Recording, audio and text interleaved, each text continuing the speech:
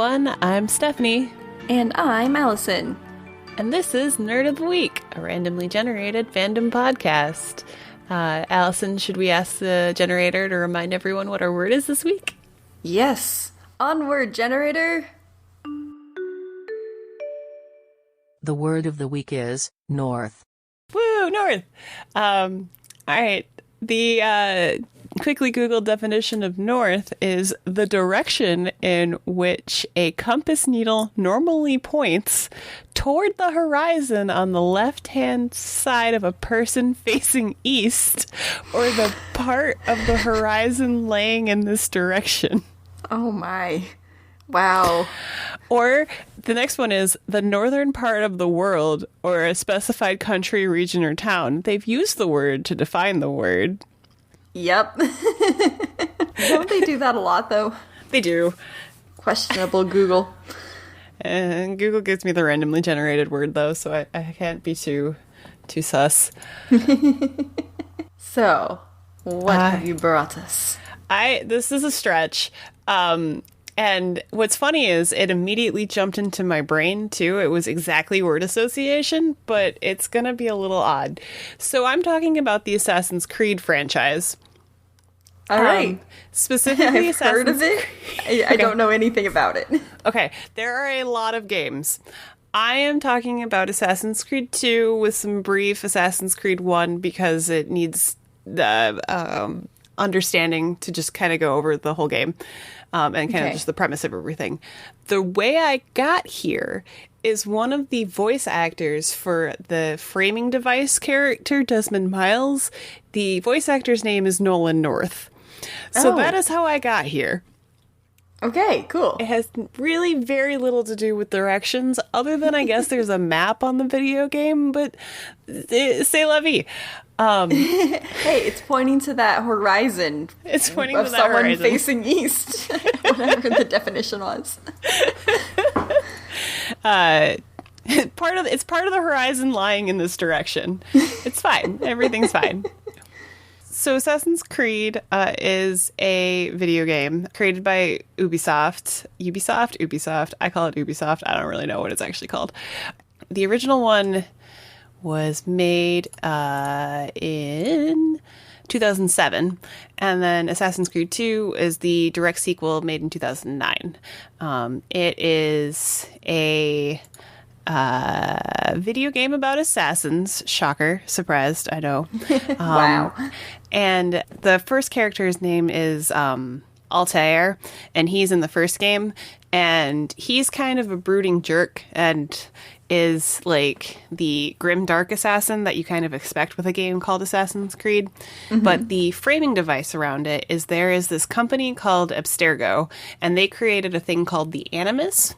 And what that is you will connect your genetic material somehow to it, or it like does like a neural network upload, and then you can relive the past memories of your ancestors. So anyone who's lived these lives, you can kind of live through their memories.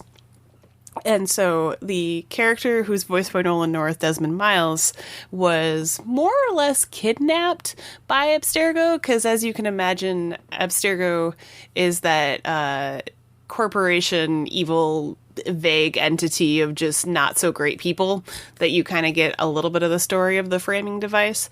But and having this specific character, Desmond's memories are very helpful for them unlocking something, and you're trying to figure out what that thing is that they're trying to get a hold of, what happened in history, so that they can find whatever thing they're looking for. Mm-hmm. And so more of the game gets played out, and the reasonings behind things get played out that way. Where the game actually thrives is while you're playing as that character, not Desmond Miles, but Altair, or in the second game, Ezio.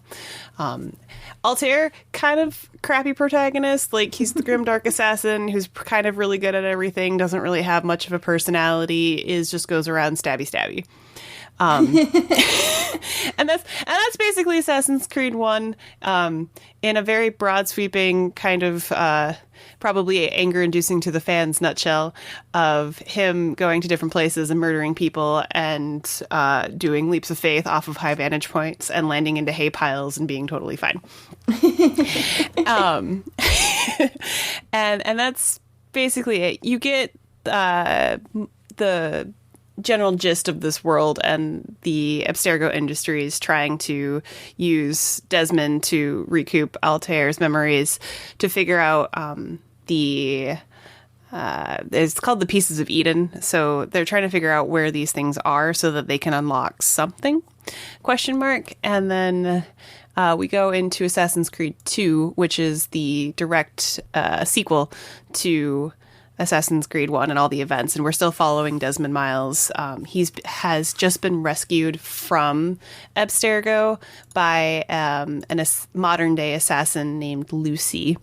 And she takes Desmond to a safe house where he gets to meet the team of people that are going to run the next Animus. Like, it's a bootlegged Animus that's not as kosher.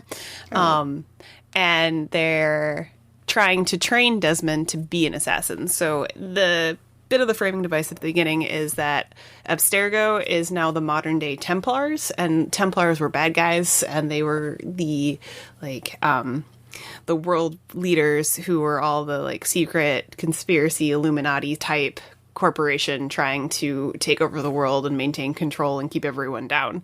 And then the assassins are the ones who are trying to liberate the people and make it so that everyone's free and be able to do what they want.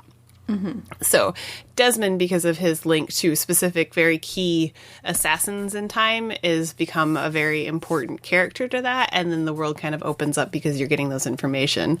Also, there's this weird nonsense thing called the bleeding effect, where because Desmond has gone through Altair and then Ezio's memories of training to be an assassin, his body now is able to do those things, like a Matrix I know Kung Fu nonsense.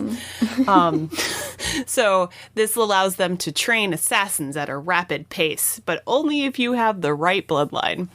Okay, of course. So that's kind of the whole outside thing. The plot that we follow is Ezio, and Ezio is a much more charismatic, interesting character. And in fact, Assassin's Creed 2 was the game that gave me the realization that video games can have interesting plots. They can have sympathetic characters and people that you're actually emotionally attached to. Up until then, I had played things like Sonic and, fun, but not have this huge emotional attachment to what's happening in the story. So Ezio starts in, it's Renaissance era Italy, and he's in a wealthy family, the Auditore. So his full name is Ezio Auditore de Firenze, which I assume is he is an auditore of Florence, I believe. Okay. Yeah, and he, my knowledge of how names are constructed is poor. And so he was born into a wealthy Florence family in 1459-ish, and he had grown up in this wealth and enjoying that. Unfortunately, his father, Giovanni, and his brothers, Federico and Petruccio, were part of the Assassins Guild and kind of covert, and Ezio wasn't old enough to be aware and enveloped into that fold yet. So he doesn't know, but the whole family is tried for treason, and his brothers and his father are actually executed by a corrupt magistrate named Uberto Alberti. His name is Uberto Alberti or something like that. Okay. And he tries to kill the rest of Ezio's family, but they manage to escape and get back to kind of an ancestral home, out in the countryside away from everybody, and manage to get themselves out of Alberti's grasps. And he there is taught by his uncle Mario, which makes me laugh every time because I believe they have a It's a Me Mario reference in there. Teaches him about the Assassin's Brotherhood, and he trains Ezio to become an assassin. So the next 10 years he spends learning how to be a good assassin, how to do like covert ops, figuring out exactly what happened, who's corrupt in the government and that kind of stuff. And then figure out the Templar Order. And then a lot of the game you then spend going through Florence, Venice, and Rome, I believe. And you are picking out these corrupt leaders and basically assassinating them. You become friends with Da Vinci at one point. He is there. His first like introduction line is he's like literally painting the Mona Lisa. So you're like, okay, this has got to be Da Vinci, right? And he looks at you and goes, I can never get her smile right. You're like, ha ha, very funny. Ezio manages to train, figure out more information, get to the point where he is able to have revenge on the people who murdered his family. And then it kind of opens up and realizes that this guy wasn't really the big bad. He was just kind of a pawn in a higher plot, a higher evil plot. And he then will go on into the next couple of games and the downloadable content to then continue out and find and trying to root out the Templars while also trying to rebuild the Assassin Order in Italy, because the whole goal of the Templars was to try to wipe them out, flush them out, and then take them out. Okay. So Ezio's kind of this big important character in that he basically rebuilt the Assassin's Guild after Altair's debacle in his first game. This game is also like wild in that there's just some random like out of left field nonsense where at one point he's talking to a holographic figure called Minerva, who was the first civilization, and they helped create humanity so that they could serve them, and that was Eden. So Eden wasn't like a good place to be, but they just made people believe that it was an okay place to be so that they would like work under them. And you get through most of this game playing through like Italian Renaissance, and then all of a sudden there's this like glowing hologram telling you this nonsense, and you're like, what is happening? Nonsense. You're like, sure, can I get back to stabbing people? This is fine. And then she actually ends up talking to Desmond through Ezio. Like the whole sequence is wild where he I believe it's in the Vatican in the floor, and like the floor like drops out, and then you go underneath it, and then there's this like room where Minerva exists, and then she starts saying, Desmond, you will do this thing to fulfill this prophecy, and Ezio's like, who the heck is Desmond? This is what? And then it all pulls you back out into the framing device of Desmond, and then he has to escape because the assassins got compromised, and then they have to move on, and they have to go somewhere else to be safe, and then they go into whatever the plot of Assassin's Creed Brotherhood turns into. But there's just things like the assassins detecting like strange occurrences in the Earth's magnetic field, and like a solar flare that's going to trigger some event that ended the first civilization, and they're trying to stop it. But like it's all real vague and nonsensical. But it's fun. It's a blast. It's it's a broad scope of a game. And some things hold up and some things don't. The plot is pretty solid. The historical accuracy is mostly there. They tried their best for 2007.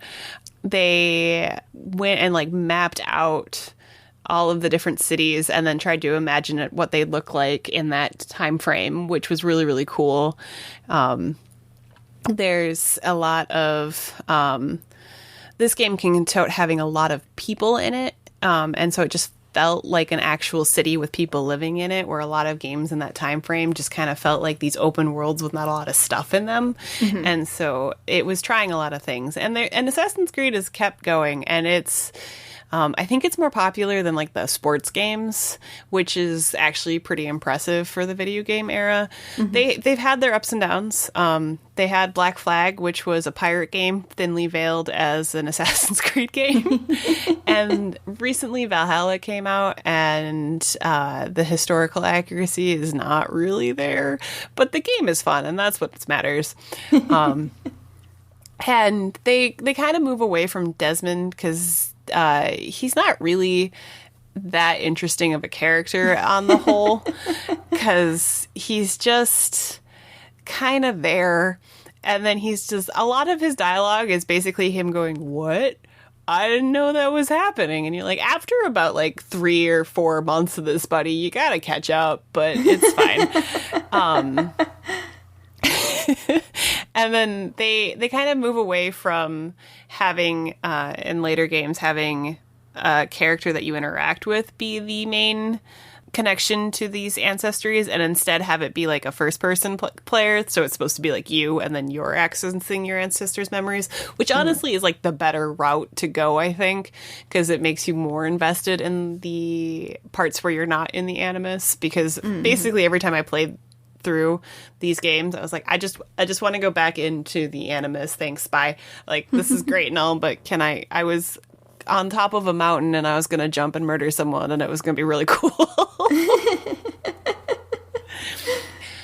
Yeah, so that is my quick and dirty synopsis of Assassin's Creed. Like I said, Ezio was kind of the first character that I realized that like there can be like serious acting and like character investment in stories and video games, and made me realize that video games could be more of a art than just like a hack and slash or a side scroller. And even those have become wildly more fleshed out and have like secret lore and things for you to figure out too nowadays. But at the time, this game was like amazing. I 100%ed this game and the first game, which is a lot for me because I'm not a completionist by any means. I usually just play until I don't want to anymore, and then I finish the story. This one had some very much fetch quest, like go get me this thing, bring back this thing, here's some experience points, and then go do it again. So like there's some things in here that definitely over time they don't really hold up anymore, but they were really fun. And Assassin's Creed 1 had you had to go around and collect these flags. They were the Templar flags for whatever reason. It was more just a collection thing. And they also had these Templars that were like really high level, hard to kill characters. And there's this one section where I was like up trying to collect this flag, and the Templars always like announce themselves like really violently by shouting like across the map, "You there!" And then just charging at you and just beating the crap out of you. And you're like, "I just wanted this flag. Oh crap." And then I would run around in circles around like this cart, like taking pot shots when I could because I was way too underleveled to be in that location. Oh no. And Assassin's Creed 2 was, for me at least, was so buggy. It was definitely one of those video games where it was a feature, kind of Skyrim-esque, where I was like trying to get on a ship and then the ship just decided to not load. And so I was just... nothing was there, but my character was interacting like the hitboxes were still there. So I was getting beat up by invisible things on the pirate ship. And I'm like, what is happening?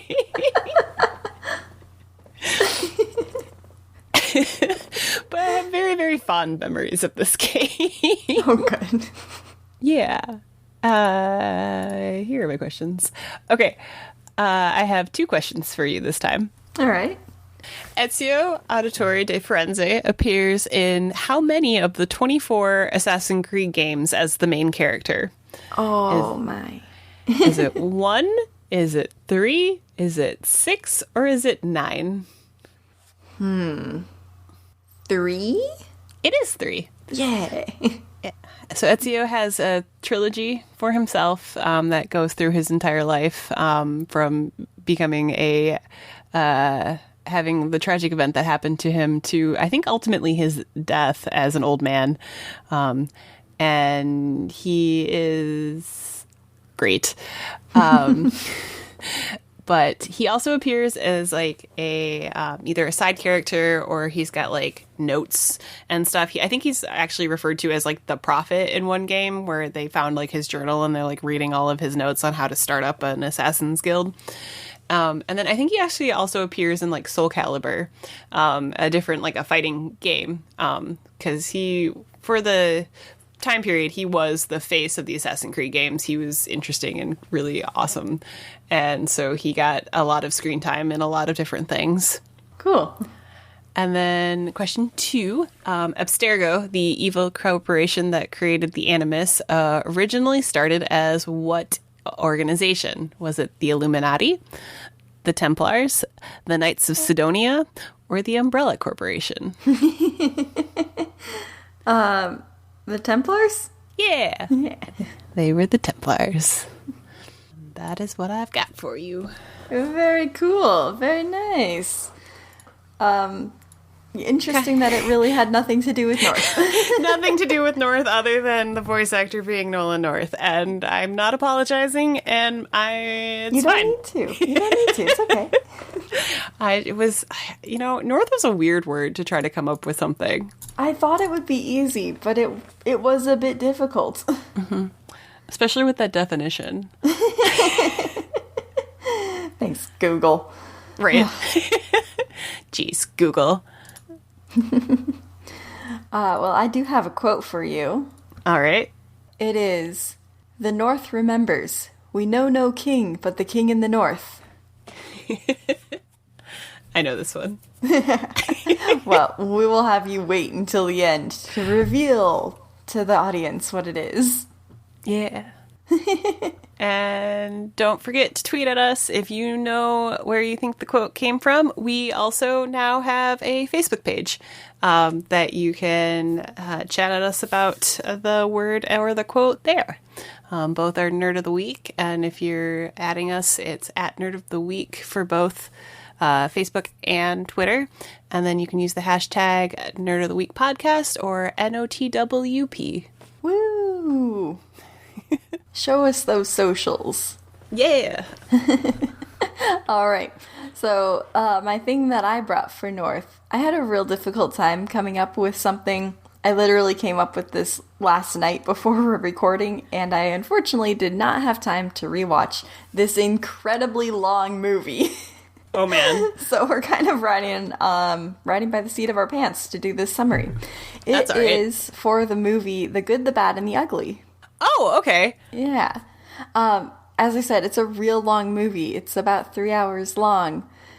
And the reason that I thought of it for North is because it's set in the time of the American Civil War, and they do have interactions with both the Union and Confederate soldiers, so the North and the South, of course. Mm-hmm. So that's how I came up with it. But again, directions don't really have a whole lot to do with the plot. I picked one for a voice actor. It's fine. Everything's fine. It's all fine. So this is the final movie in the Dollars trilogy that was directed by Sergio Leone.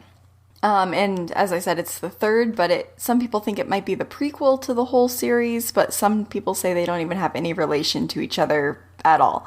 Huh. The whole series itself, they are what's called the genre of spaghetti westerns, meaning that they are, like American Western movies. They're supposed to be set in America, but they're all actually filmed in Italy. And they actually use a lot of Italian actors. I didn't know they were filmed in Italy. Yeah. Actually, interestingly for this one, most of the filming took place in Spain. But like a lot of the actors that they had were Italian. The main characters are American. So we have as our main good guy, I guess. Well, actually, he is called The Good, is Clint Eastwood. The character's name, he really goes by Blondie throughout the film. Okay. And then there's the bad, who is Angel Eyes, played by Lee Van Cleef. And then there's the ugly, played by Eli Wallach, who is, what's his name? Tuco.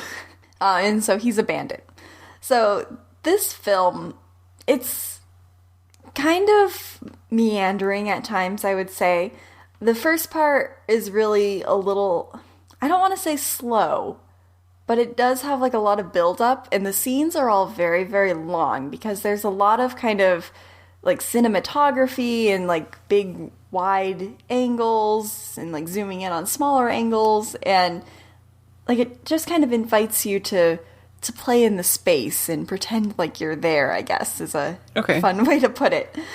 So like the first, I think, 10 minutes of the movie don't actually have any dialogue at all.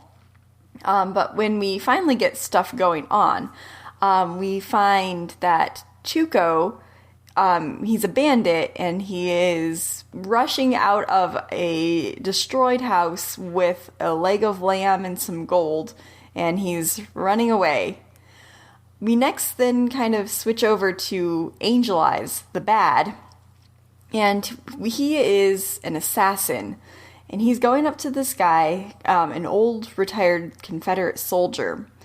And he was actually contracted to kill this guy. But he first interrogates him. And he finds out that this soldier that he's been sent to kill actually knows the name of somebody who knows where a bunch of gold was buried.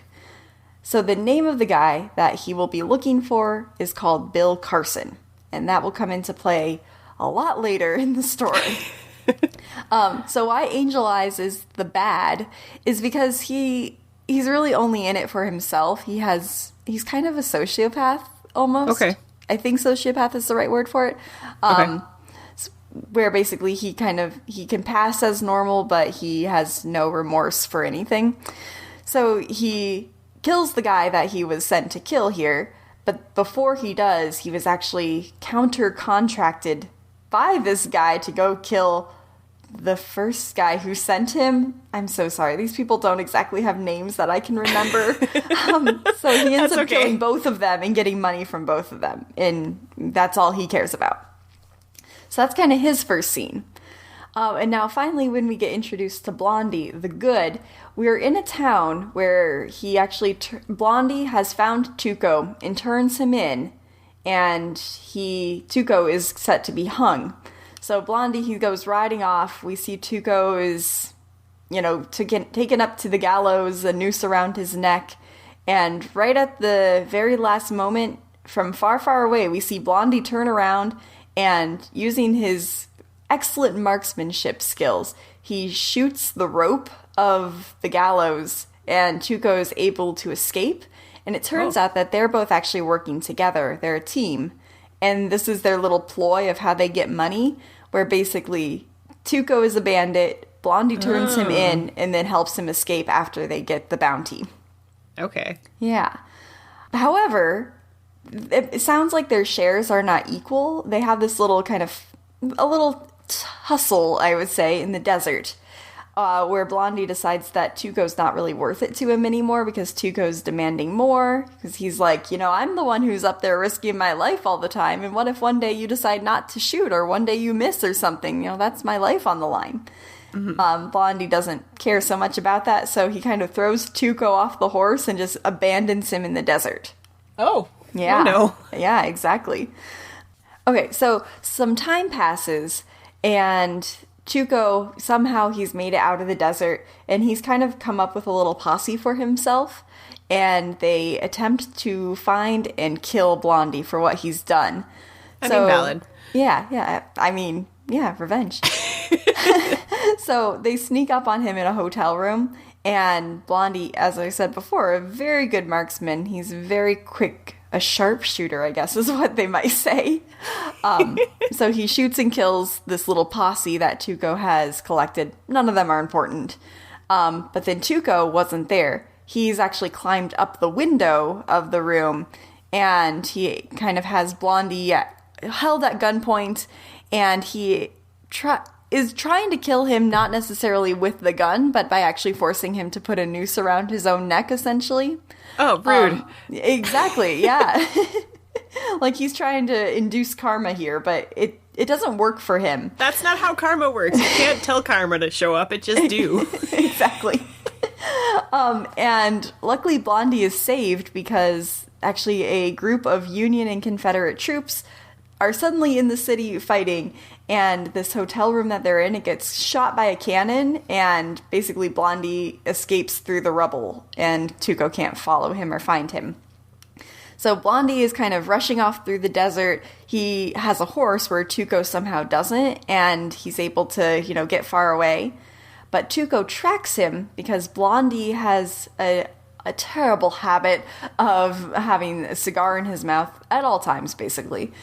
But wherever his campfires are, he has leavings of the cigars. So Tuco's able to track him based on campfires that he finds that have cigars around them, I guess. And clever. Eventually he does find Blondie.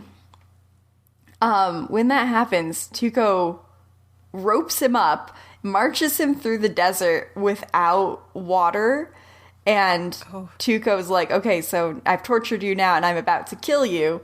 Where off on the horizon, they see this, ghostly carriage. It's, there's horses that are pulling it, but there's no driver. And so they're like, that's weird, obviously. Mm-hmm. Somehow they're able to get it to stop, and they open the door, and there's all these dead Confederate soldiers just in there. It's not really clear what's going on with them, it seems like. Perhaps it was they just didn't have enough water in the desert or something. But what they find is there's one still alive but dying soldier. And he tells Tuco that his name is Bill Carson. At this point, Tuco and Blondie don't know about the gold at all. That is just an Angel Eyes thing. Mm-hmm. But this guy tells him his name, whatever, and he reveals that he knows where there's a bounty of gold if only they would please help him get some water. Bill Carson tells Tuco that the name of the cemetery where the gold is buried is the Sand Hill Cemetery, and he's about to say what name the grave is, but he falls unconscious, and Tuco's like, yeah, gotta get you some water, buddy, so we can get that name. So he runs off to get some water. While he's gone, Carson comes to, able enough to talk to Blondie, who's there now, and he tells Blondie the name of the grave, which is Arch Stanton. Okay. When he comes back, Carson has died, and Blondie tells Tuco that he knows the grave, and then Tuco knows the cemetery, which Blondie doesn't know, so they both now mutually have to keep each other alive, because they have pieces of the puzzle of where to get the gold. So they decide, okay, we have to both go off together. We'll resume our partnership for a little bit, whatever. It's fine. And they go off to find the cemetery.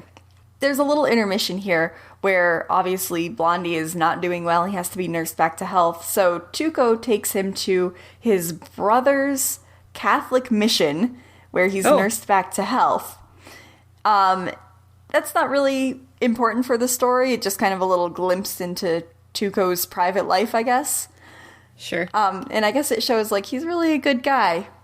Sure, whatever. I don't know if he really is. He's a bandit. But anyway. He's a bandit scamming people out of money. Exactly. But he's fine. He's fine. Right. So then they disguise themselves as Confederates because they think they're in Confederate territory, so they thought they'd be safer with that. They see a group of soldiers, and it looks like they're wearing kind of Confederate colors, kind of gray, dusty colors. Mm-hmm. And they're like, yeah, let's go march up with them. They can maybe give us some food and whatnot as we march to where we're going. Well, it turns out it was accidentally Union soldiers, but they were just covered in dust, and so they couldn't tell that they were wearing the blue uniforms from far away. So, as a result, they are captured for being supposed Confederates and taken into the prison camp. Now, while we're at the camp, they're calling roll call for who might possibly be present in that brigade, and the name Bill Carson comes up. Well, both Tuco and Blondie know that Bill Carson is dead, and Tuco decides he's going to assume the name of Bill Carson, I guess maybe so that he has some sort of alibi, I don't know. So he says yes to Bill Carson. One of the sergeants at the Union camp kind of perks up at that, and we see that it is Angel Eyes, the bad. He's disguised himself somehow as a Union sergeant, like, he's not really part of the army. He just somehow got in and is disguising himself there. And he's like, Bill Carson, you are the man I was looking for. He doesn't realize that it's Tuco and not really Bill Carson. Like, he didn't know Tuco beforehand. So as a result, he is trying to get the information out of Tuco. There's this, like, really brutal kind of torture scene, which is very realistic looking. A lot of the kind of summaries online are saying it was, like, for the time, one of the most realistic beatings that was ever put on screen. Oh. And I feel like I remember it also being kind of like, ew, yeah, this is gross. No, and Tuco does tell Angel Eyes that it's Sad Hill Cemetery is where they're going. Angel Eyes now no longer needs Tuco, so he puts him on a prison train to be executed. Tuco then, before he's sent off, says that Blondie knows the name. So Angel Eyes, he wants to partner with Blondie now. For whatever reason, I guess maybe just because Blondie's not ugly, Angel Eyes decides to partner with him. Like, that's the only real explanation I can find of why he didn't torture Blondie as well. But they decide, let's have an equal partnership in recovering the gold. So they ride out with Angel Eyes, but I don't think Blondie really likes this plan. He does not trust Angel Eyes at all. Potentially he's heard of him as, like, this kind of infamous assassin. And as a result, he actually ends up killing the posse that Angel Eyes is with and escapes. But not for long. Also, Tuco, he manages to jump off of the train with the corporal that he was chained up to. He kills the corporal by smashing his head into a rock, then throws the corporal onto the train tracks so that when the next train comes, it will sever off the handcuffs. And also drags the corporal's body down with it. It's really gross. It's a terrible part of the movie. I hate it. Like, I didn't remember it until I read the summaries again, but then I, like, suddenly did. I'm like, oh my gosh, why did they do this? It's terrible. So now Tuco is unchained. As Blondie and Angel Eyes are, like, having a showdown, kind of, Tuco also kind of meets back up with them, and through some maniacal happenings, Blondie and Tuco are able to flee. As they're going, they are making their way to Sad Hill Cemetery. They get to a bridge, and there's a lot of Union and Confederate soldiers all around. And they actually end up talking to the Union side of people, I think, this time. And they're not dressed as any particular type at this point. So they're just kind of allowed to talk to people freely and not be arrested. But they come up with a plan of, well, if we just destroy the bridge, the soldiers are going to go somewhere else because they won't have anything to defend anymore. So I guess kind of Tuco and Blondie are able to, kind of in the grand scheme of things, prevent a battle from happening in the Civil War because they blow up a bridge on their own, and so the soldiers just kind of leave. Oh. And as a result, they're able to kind of get free. Tuco goes on ahead because Blondie actually stayed behind to care for a dying Union, or a dying Confederate soldier that they found. I mean, which is kind of nice, just like send him off with someone caring for him. I remember being kind of like a really touching scene, like the Confederate soldier is like scared of dying, obviously, and Blondie's like just sitting there nice with him, like talking about the secrets of the universe, I guess. But it's kind of a touching scene and shows that he does have like kind of a softer side to him. He's not all like in it for the money and just willing to kill anybody, unlike Angel Eyes would be. So Tuco gets to the cemetery first, and Blondie had actually gotten him to say the name of the grave of Arch Stanton, so he thinks he knows exactly where he's going.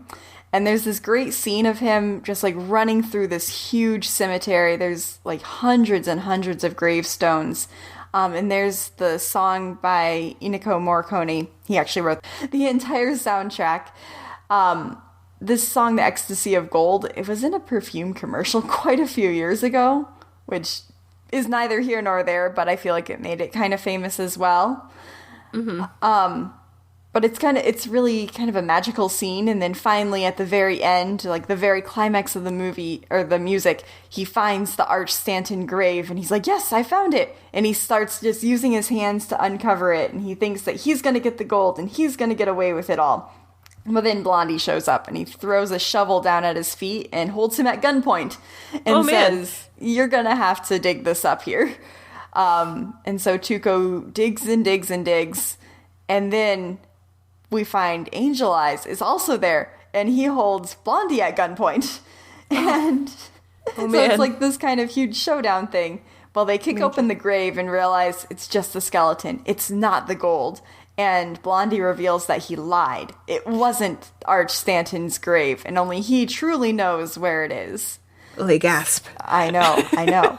So he says, I'm going to write the name of the grave down on this rock here, and I'm going to put it in the middle of this cemetery. And there's this famous quote. I don't know how famous it is, but he says, it's $200,000. It's a lot of money. We're going to have to earn it.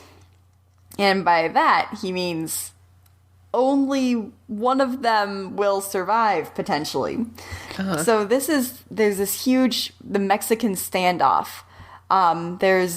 It's basically 5 minutes of just the camera cutting between the three of them. They're all like equally spaced. None of them are holding their guns quite yet. They're just kind of standing there and like with their hands like kind of ready to go to their guns in the holsters.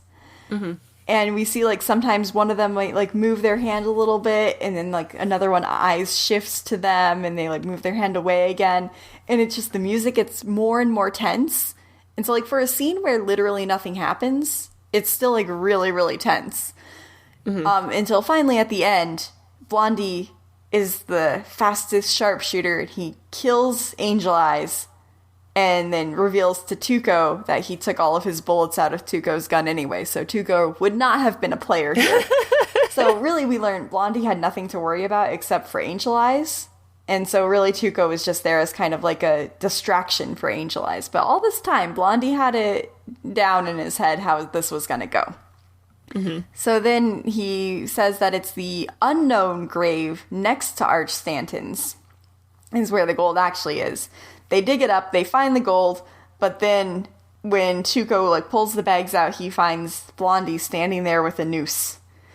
And it's finally, again, kind of the revenge, the karma, they're trying to force it.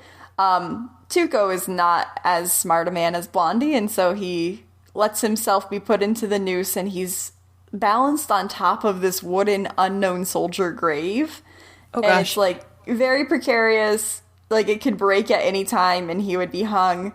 And Blondie takes the gold, and he jumps on his horse and runs towards the horizon.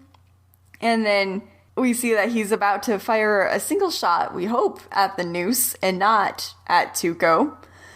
Tuco also has, like, his share of the gold there. Blondie left it for him, which was a nice gesture. But you get the feeling, like, maybe Blondie wasn't sure if he was actually going to let him have the gold or not. Like, maybe he was actually going to let him hang this time. But he severs the rope, just like old times, and Tuco gets his share of the gold. And they ride off into the sunset. Oh, man. So, yeah, that's the good and the bad, and the good, the bad, and the ugly. Sorry for the poor rendition of it. It was fine. I've actually never seen this. Yeah, it's touted as, like, the best classic Western, or, like, the one that set the standard for them all. Mm-hmm. And the music is really, really good. It's one of those things that I haven't seen, but I've definitely seen it parodied enough that while you were telling me the plot, I was like, I know where it's been referenced in media. Mm-hmm. And actually, when I was doing the research for it, they were saying that there's an episode of Cowboy Bebop, which I know you've seen, which I haven't seen, but one of the episodes is, like, actually the music is written by I can't ever pronounce his name, Iniko Morricone. And it, like, is kind of, he parodied his own music for that episode.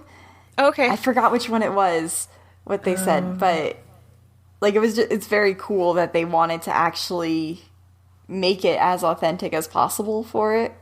Yeah, Cowboy Bebop, the director described it as jazz, like writing jazz. And so they wanted it to kind of free flow. And so that doesn't surprise me at all because Samurai Champloo and Cowboy Bebop were very musically oriented. So that completely tracks with the series. Yeah. So that's a cool little tidbit. Let me see. How many bridges were blown up during the making of the film? Oh. Was it 0? It was all CGI. 1 or 2? Well, I'm gonna go with 2. Yes. Yeah. Yes. So apparently they accidentally blew up the first bridge. No. Yeah. Someone accidentally said go too soon. No. Yeah. And That's then, awful. So they had you to can't go redo shoot. explosives. I know. So they had to go and shoot some other scenes for a few weeks while the bridge was being rebuilt. Oh no. Someone probably felt terrible. Oh, okay. I'm just going to share this with you. It's not actually a question, but it says Eastwood hated his cigars. So his character is easily identified by the cigarellos that he's almost constantly smoking, but unfortunately for Eastwood, he didn't really have a taste for them. So he set down an ultimatum that they had to do scenes in one take, or else he was going to throw up. Oh. Poor guy. Right. Okay, here's a question. How much was the bounty that was being offered for Tuco? Was it $1,000, $2,000, $200,000, or $100? I don't think it's 200. That was the thing that they were looking for at the end. Right, the 200,000. Yeah. $1,000. No, he's worth a little more than that. He's worth $2,000. $2,000. Double it. But still not as much as that bounty they were looking for. Yeah. All right, so that's all my questions and all I have for Good, the Bad, and the Ugly. That was a great rendition. I appreciated it. I encourage everyone to go watch the movie for the actual plot. And the 5-minute stare down that would make Dragon Ball Z feel ashamed. You can probably find that online. Probably. Just like go to movie clips or something and find it. Mm-hmm. Yeah. Well, anyway, so you said you knew where my quote was from this week? Yes. Is it Game of Thrones? Oh, yeah. Yes, it is. Heck yeah. I still hold out that George R.R. Martin will stop doing literally anything else but finish the book series. And he will finish the book series, or we can just get Brandon Sanderson to do it, because like he finished Wheel of Time and it made it better, so like, you know, it's okay. I just need resolution in the books that I will never get because this man will never finish the series. Maybe we can talk about Game of Thrones at some point. I'll do the same thing. I'll do a call out like I did for Skyrim, and I will call out George R.R. Martin, so maybe that he'll write at least another one, so I have something else to read. Should we make the Nerd of the Week Twitter at George R.R. Martin Twitter? We're just calling out things that Steph wants finished so that I can have them in my life. And then we can talk about them on the Nerd of the Week. Yeah, if you finish it, we'll promote you. With our 5 followers.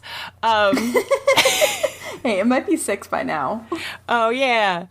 And speaking of it, you 6 followers out there, share it with a friend so we can double and have 12. Yeah, because we're not a pyramid scheme. Sure we're not. Thank you for listening to our podcast. What's our next word? Oh, crap. I'm the worst. What is our next word? Generator. I'm sorry. Forgive me. I'm the worst. I got so pissed off at Martin that I forgot to do the thing I'm supposed to do. Hey, Generator, what's our next word? I will forgive you this time. The next word is contract. Contract. All right. I have an idea. I have something immediately. This is good. Perfect. So we'll talk about that next time. Now I'll say thank you, listener, for tuning into our podcast. And thank you, Wise Generator, for our word. I'm sorry, forgive me. And thanks for tuning into Nerd of the Week. I've been Stephanie. And I've been Allison. And remember, this isn't a pyramid scheme. Bye. Goodbye.